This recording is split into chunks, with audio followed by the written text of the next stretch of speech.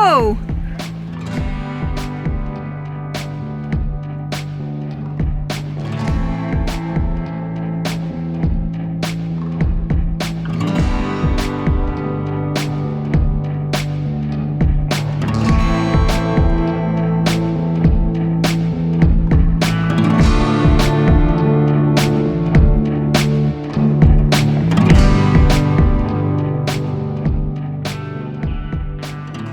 We are officially on the ZR2's first trip to Moab, Utah. And we wanted to get this trip in before it got a little bit stormy, and so it's going to just be a quick day trip down. Since we live in western Colorado, we kind of get spoiled because we can go to Moab for the day and come home. So we don't have to spend money in hotels unless we really want to. But we're going to take it and we're going to try to do a trail to an arch. Located in the Behind the Rocks area, there are 2 arches that don't get many views due to the off-road trail that is required to reach them. Well, as you can imagine, that sounded like fun to us, so we headed to that trail to do the Moab Rim Arch and the Tukuhnikivatz Arch Trail. The trail to Tukuhnikivatz Arch, also known as Tuk Arch, can be mild or sometimes difficult depending on the weather and erosion in the area. Since we didn't want to challenge the ZR2 too much on its first Moab outing, we started our journey from Picture Frame Arch cutoff instead of the difficult climb from the Behind the Rocks trail. So we are on the dirt trail that takes you to Tukuhnikivatz Arch, which is actually a small little hiking trail. We're not sure if we're going to do that today because it's super windy out here because there's a storm coming. But so far we have gone about a third of the way on the trail, and it's just pretty rocky and sandy, so nothing too dramatic. We haven't even actually had to air down because it just doesn't seem worth it at this point. So we're going to continue driving, but it's super windy, so if I don't check in, it's because this wind is getting pretty nasty out here, and you probably wouldn't be able to hear me anyway. We'll get back onto the trail so you guys can see some more.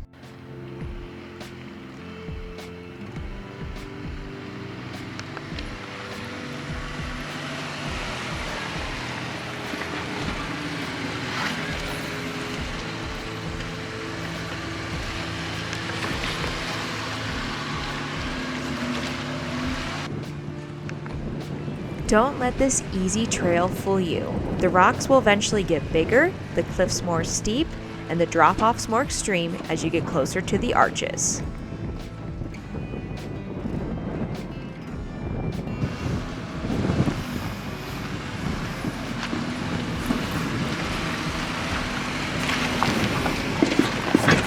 Before you know it, you'll reach the turnoff to Tukuhnikivatz Arch.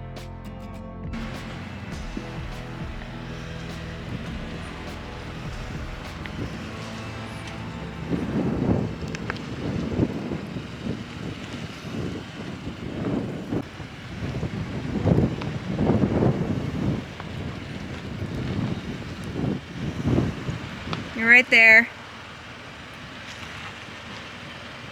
Turn lower passenger.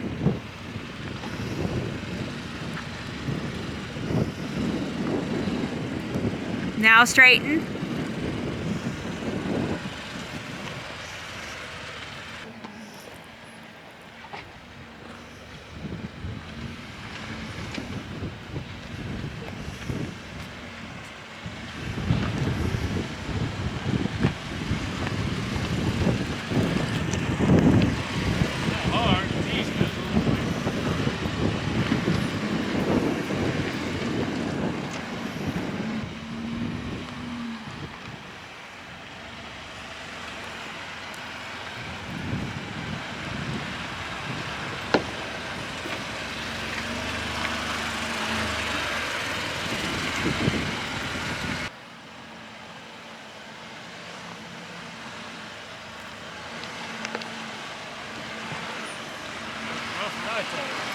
I think, yeah, it is rougher than I thought too.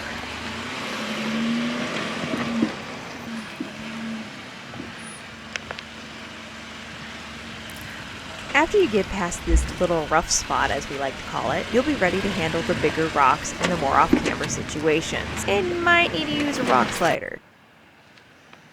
Just in case you need to. Whoa! Don't worry, it was just the rock slider and the ZR2 was fine. Now straight, yeah.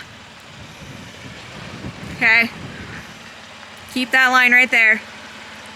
600 miles and I already hit a rock slide. And keep right there. Okay, go slow. There's a bump here. Okay, here it comes. There it is. Let me get in front of you. Okay, right there. Yep, you're good. So you're gonna go straight where you are. Stay straight, and then to go straight.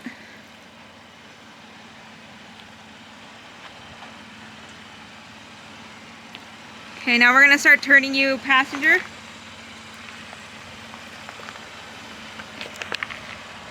You're right there. Now keep going straight. I think we'll be okay here. You're perfect. Now there's some big boulders I think we'll clear. We might need to kick them if we get too close. But you're okay. They're in front of you, but I think we'll clear them. It just depends. Yeah, we're clearing them. We're fine. Oh, he's good. For some off-roaders, this trail will be a little bit uncomfortable with those larger rocks and the canyon rim following it pretty closely. If you're an experienced off-roader though, this road isn't too difficult or scary. It provides just enough entertainment and obstacles to keep you entertained. Plus, the scenery is always changing.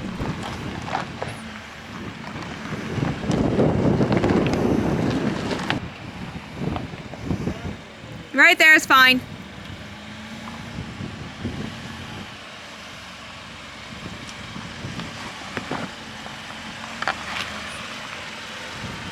And then just go straight up that way. I scraped my rock. My tire on the side. Okay. We are two American heroes.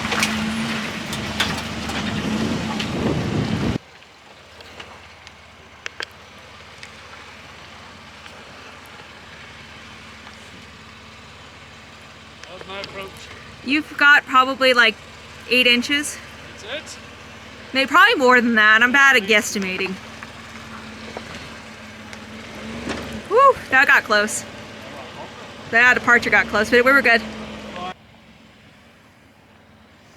Yeah, gentle cut right there. Right there is perfect.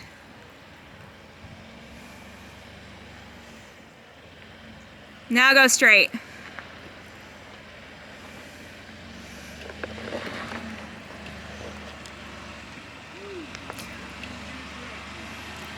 Just keep your wheels straight and you're gonna be okay.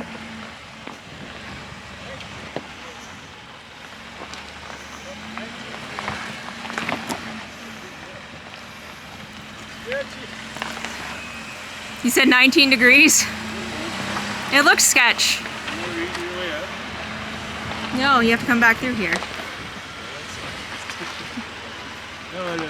Before you know it, you'll reach the first major stop on the trail, which is the Moab Rim Arch. This is a very large arch right on the edge of the rim high above the valley.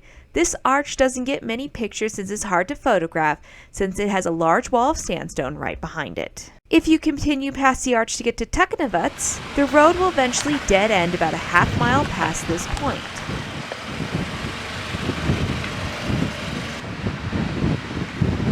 The other way. But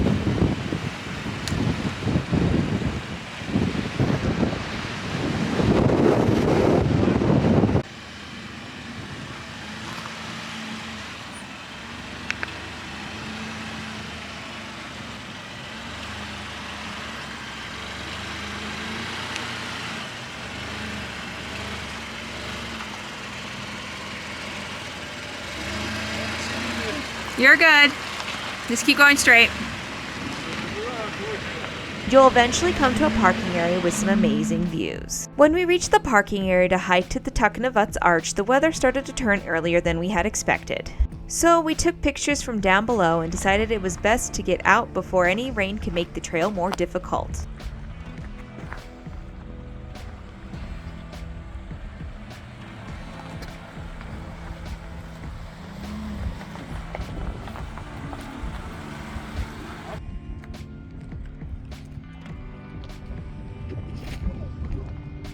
You're back to your rock.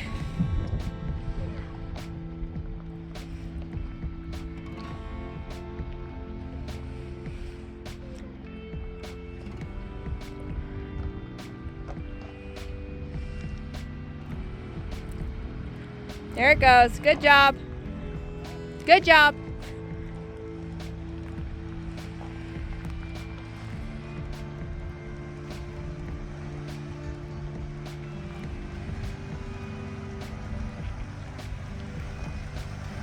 Actually, I would have needed both their trains select for Tacoma, then. Probably. Last time I started this You're fine. This trail is definitely not well traveled and seems to not be as popular as a lot of the other Moab trails. The entire time, we never saw anyone else, and it made it a fun adventure to have the whole trail to ourselves. Okay, stay by the fence. That's the one I hit on, huh? Yes, the one I'm standing on. Wow. Well, maybe we would get it. Not tall. It's pretty tall. It's great before. Other people have scraped their lots, so we're not the first. So what did you think of the trail that gets to that arch? Oh, no, just kidding. It was hard. It was way harder than advertised. Yes, we hit the rock slider once. It did. It was definitely a medium or a moderate, I'd say. Yeah, it's not an easy trail anymore. It might have been at one point, Right. but I would definitely give it a minimum of a moderate rating. No lockers required, just good tire placement. And apparently don't go off that one rock. Yes, don't bounce when you go off the one rock. You won't hit your rock slider. So yeah, our recommendation is don't take your stock Subaru. Don't take your truck with 603 miles on it. It says it's suitable for stock vehicles. I guess if you're a good driver, don't mind scraping. Right. In like an SUV, stock SUVs, it said. But the truck did well. It had some squeakiness at the beginning and it went away. It was like a bouncy squeak and might have been sand in it or sway bar settling in or something, but it totally stopped after I got out, took the hitch out. It didn't stop, and then it kept doing it, so I put the hitch back in. Then it quit after a while. I was just doing it for the first like 5 miles on L3. Well, we didn't make 5 miles. We went 3 miles in, 3 miles out. It took 2 hours. So yes, it quit after like the first quarter mile. All right. Anyways, truck did good. Had 600 miles when we went in, 603 when we got out, or 604, something like it, 605. Anyways, like a mile and a half to 2 miles each way. All right, signing off. ZR2 and gone.